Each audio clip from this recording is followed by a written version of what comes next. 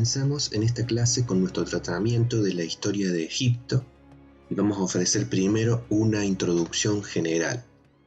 En esta primera parte de esa introducción vamos a ver a su vez las características geográficas generales de Egipto y del Valle del Nilo.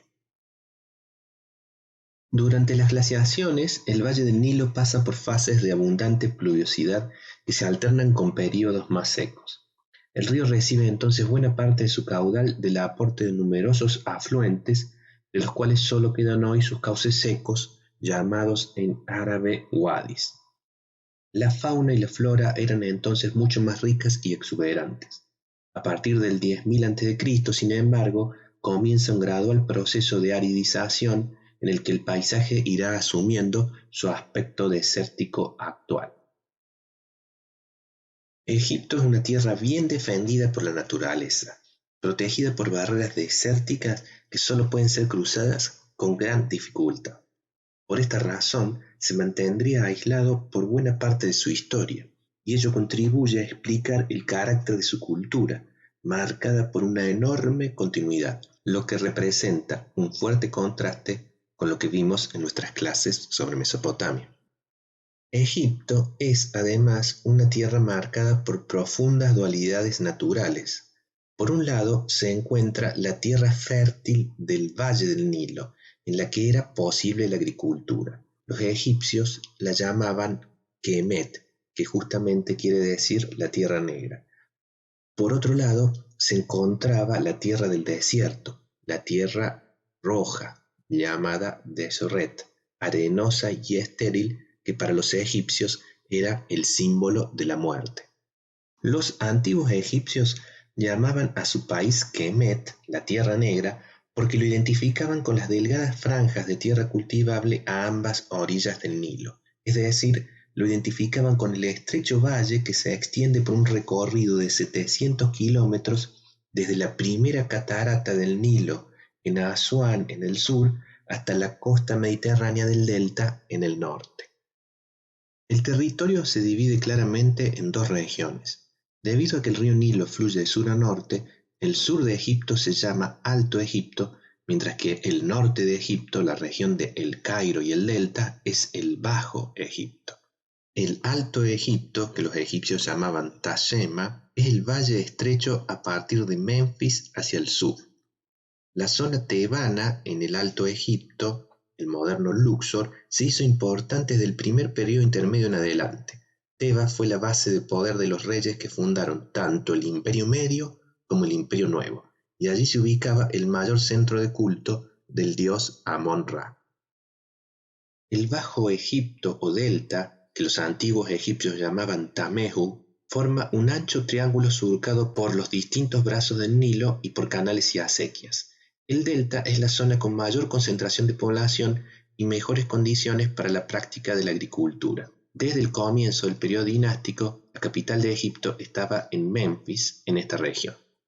Los egipcios eran muy conscientes de esta naturaleza dual de su tierra, y ello marcó su cultura. La monarquía y el mismo Estado eran considerados dobles. El faraón era soberano del Alto y el Bajo Egipto y portaba una corona doble. Los egipcios gustaban además de las dicotomías y estructuras duales en su visión del mundo y en su reflexión religiosa. El clima es muy diferente en el Alto y el Bajo Egipto. El delta está muy influenciado por la proximidad del mar, hasta el punto de que su clima es mediterráneo, con temperaturas más templadas y precipitaciones estacionales que se ubican entre los 100 y 200 milímetros anuales. En cambio, el Alto Egipto tiene un clima determinado por los desiertos vecinos, dependiendo totalmente del Nilo para el aporte de agua, ya que las lluvias anuales en esta región son insignificantes. Además, esta parte de Egipto está sometida a una gran amplitud térmica entre el día y la noche, que puede incluso llegar a superar los 30 grados de diferencia entre la máxima y la mínima. Los desiertos que flanquean el Valle del Nilo se llaman desierto oriental y occidental. En el desierto occidental hay una serie de grandes oasis, los de Sigua, Baharilla, Farafra, Dakla y Karga, que son alimentados por manantiales subterráneos. Tres oasis más pequeños, los de Dunkil, Kurkur y Selima, están situados al oeste de Nubia. Aparte de estos oasis, el desierto occidental era estéril y muy seco durante la época faraónica. Solo podía asentarse población allí en estos oasis que hemos mencionado. Una cadena de montañas de hasta 2000 metros sobre el nivel del mar corre a lo largo del desierto oriental de norte a sur. Este desierto también fue muy seco durante tiempos faraónicos. El desierto oriental es cortado por una serie de wadis, canales estacionales, algunos con buena cantidad de agua dulce bajo la superficie. Algunos de estos wadis del desierto oriental, especialmente el Wadi Hamamat, fueron rutas que los antiguos egipcios utilizaron para ir desde el valle del Nilo a la costa del Mar Rojo. Al carecer de mucha agua dulce, la costa del Mar Rojo fue una región hostil para los antiguos egipcios, pero los puertos son conocidos allí desde principios del Imperio Antiguo.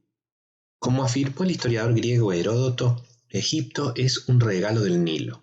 El río era el principal responsable de la vida en el país, ya que hacía posible la práctica de la agricultura a lo largo de todo el valle. El valle del Nilo era así en la práctica un extenso oasis. El Nilo es tradicionalmente célebre por ser el río más largo del mundo, con 6.853 kilómetros de recorrido. Sin embargo, mediciones recientes del siglo XXI han demostrado que en realidad es superado por el Amazonas. El Nilo tiene dos ramales o fuentes principales, el Nilo Blanco y el Nilo Azul. El primero atraviesa los grandes lagos de África, teniendo su fuente más distante en Ruanda, y fluye hacia el norte por Tanzania, el lago Victoria, Uganda y Sudán, mientras que el Nilo Azul nace en el lago Tana en Etiopía y cruza el sudeste de Sudán. Ambos brazos se unen cerca de la capital sudanesa, Jartum. Desde allí avanza hacia el norte hasta desembocar en el Mediterráneo. El Nilo es un río de régimen regular, con un periodo de aguas altas y otro de estiaje. Lo que lo diferencia de los otros ríos del Próximo Oriente es que la crecida anual tenía lugar en verano, cuando el calor es mayor y la fase de menor caudal era en el invierno.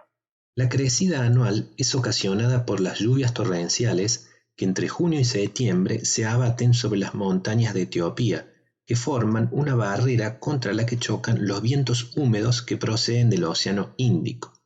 Estas aguas alimentan un sistema de ríos que terminan desembocando en el Nilo Azul. La crecida se produce suavemente porque la pendiente del Nilo es muy gradual y porque en su recorrido hacia Egipto el río atraviesa varias cataratas que tienen un efecto regulador. En el sur, en Asuán, la crecida ya se percibía en mayo, mientras que demoraba un mes más en llegar hasta Memphis. Los faraones usaban mensajeros para conocer la altura de la inundación en Asuán lo antes posible, ya que esa información permitiría predecir el rendimiento del próximo ciclo de cosechas y tomar previsiones al respecto. Hacia fines de junio, el río dobla su caudal y presenta un color verdoso cargado con elementos vegetales y algas. En julio continúa subiendo, cambiando su color a rojizo por los sedimentos que arrastra procedentes de las tierras volcánicas de Etiopía. En agosto, la cota alcanza su punto máximo, desbordando el cauce habitual. El valle del Nilo se transforma en este mes de agosto en un lago en el que los poblados, los templos y los monumentos emergen como islas al estar ubicadas en tierras altas o protegidas con diques. Al volver a bajar, el Nilo deja sobre toda la superficie que fue cubierta por las aguas una capa de limo negro de gran fertilidad sobre la que podía sembrarse. Este esquema de funcionamiento natural hacía innecesaria la construcción de complejos sistemas de canales de riego como los que describimos en nuestras clases sobre Mesopotamia. Como cada inundación renovaba los nutrientes del suelo, tampoco era necesario dejar descansar la tierra en barbecho ni utilizar abono animal en cantidades significativas. Los antiguos egipcios organizaron su vida y su mismo calendario en torno a los ciclos del Nilo. Dividieron el año en 3 estaciones diferentes de 4 meses que coincidían con el ciclo de inundación del Nilo y el sistema agrícola. Con las fuertes lluvias en las tierras altas de Etiopía en junio, comenzaba la temporada de inundaciones Ajet. En octubre, las cuencas del sur estaban lo suficientemente secos para la siembra. Este era un ciclo climático ideal para los cultivos del trigo farro y la cebada, que germinaba y crecía durante los meses más fríos del año, conocida como la temporada de la germinación Peret. Los granos de cereal maduraban y podían ser cosechados en marzo-abril, a principios de la estación de la cosecha Shemu. Antes de los meses más calurosos y secos del año, desde mayo hasta julio, cuando tales cultivos perecerían sin agua de inundación o lluvia. Los egipcios aprendieron a sacar el mayor provecho de la crecida anual, creando depósitos y cisternas para contar con más agua en los periodos de sequía. Sin embargo, la superficie a cultivar cada año dependía del volumen de la creciente del Nilo. Los nilómetros medían esa altura de la inundación anual. Este era un dato de enorme importancia que es registrado en los anales y crónicas, como por ejemplo en la Piedra de Palermo. Una crecida deficiente significaba un menor rendimiento agrícola y una excesiva podría ocasionar daños y destrucciones. La construcción de la represa de Asuán en el sur de Egipto en los años 60 modificó completamente el funcionamiento hídrico del Nilo.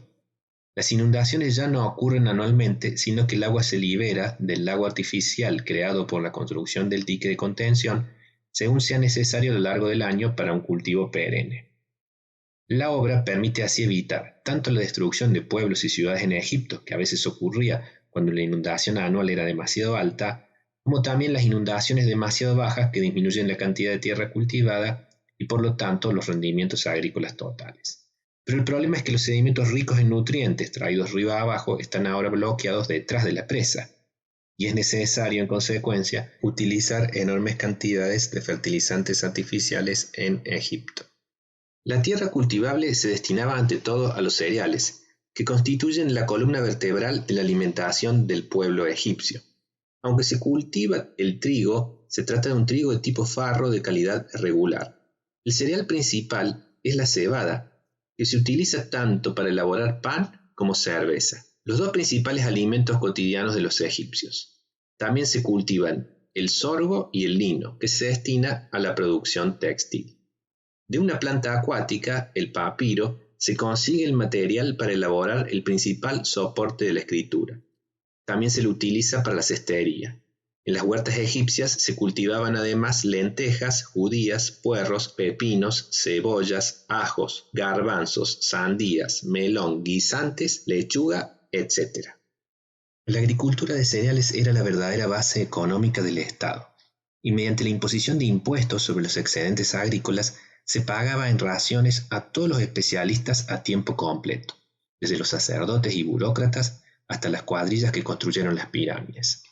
La gran riqueza agrícola del antiguo Egipto, controlada por el Estado, significaba que parte de esos excedentes podían servir de apoyo a los numerosos artesanos cuyo trabajo se pone de manifiesto en las tumbas y los bienes funerarios, y también en el suministro de materias primas exóticas importadas en Egipto, como el incienso y el marfil de elefante, que eran consumidos principalmente por la realeza y la élite.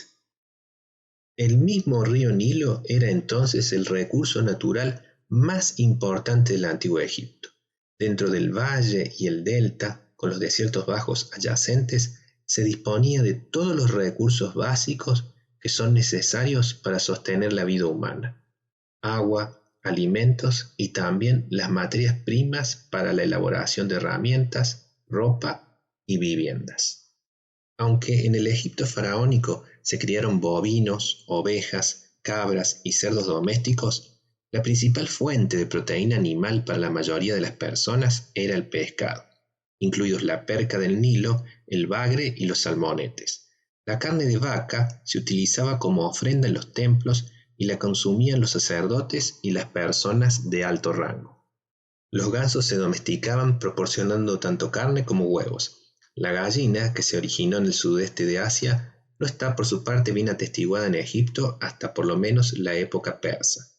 También se cazaban animales salvajes por su carne, pero debemos decir que a medida que la población humana se fue expandiendo por el valle del Nilo, los mamíferos salvajes disminuyeron en su número o desaparecieron. El valle del Nilo y los territorios adyacentes presentaban una considerable riqueza mineral, especialmente en lo que a piedra se refiere, lo que permitía compensar la escasez de maderas apropiadas para la construcción. Esto determinó el uso de la piedra como el recurso básico por excelencia de la arquitectura egipcia. Se disponía de abundante piedra caliza en las proximidades de Memphis, de piedra de arenisca en el desierto arábigo y en zonas del Alto Egipto. También se encontraban varios tipos de granito, siendo el más preciado el rojizo de Asuán, y además también se disponía de alabastro. En la zona de Wadi Hammamat y de las colinas rocosas del desierto oriental se encuentran, por otra parte, diorita, basalto, pórfido y mármol. En cuanto a minerales metalíferos, tenemos que decir que se encuentra presente en Egipto el cobre, pero para cubrir las necesidades locales se deberá recurrir también a la importación desde Chipre. Como vimos en nuestras clases sobre la Babilonia casita, Egipto era en la antigüedad un país famoso por disponer de abundante oro, pero en realidad este se traía desde Nubia, donde se encontraba la importante región aurífera de Wadi al-Aki. La plata, por el contrario, era muy escasa, y eso la hacía muy valiosa, por lo que adquirirá en Egipto una función monetaria. Un mineral muy usado por los antiguos egipcios era el natrón, que es un carbonato de sodio natural. Su nombre egipcio significa sal divina. Los egipcios lo utilizaban para múltiples fines, entre ellos para desecar los cuerpos en el proceso de momificación. Se obtenía en la región de Wadi Natrón, al oeste del delta.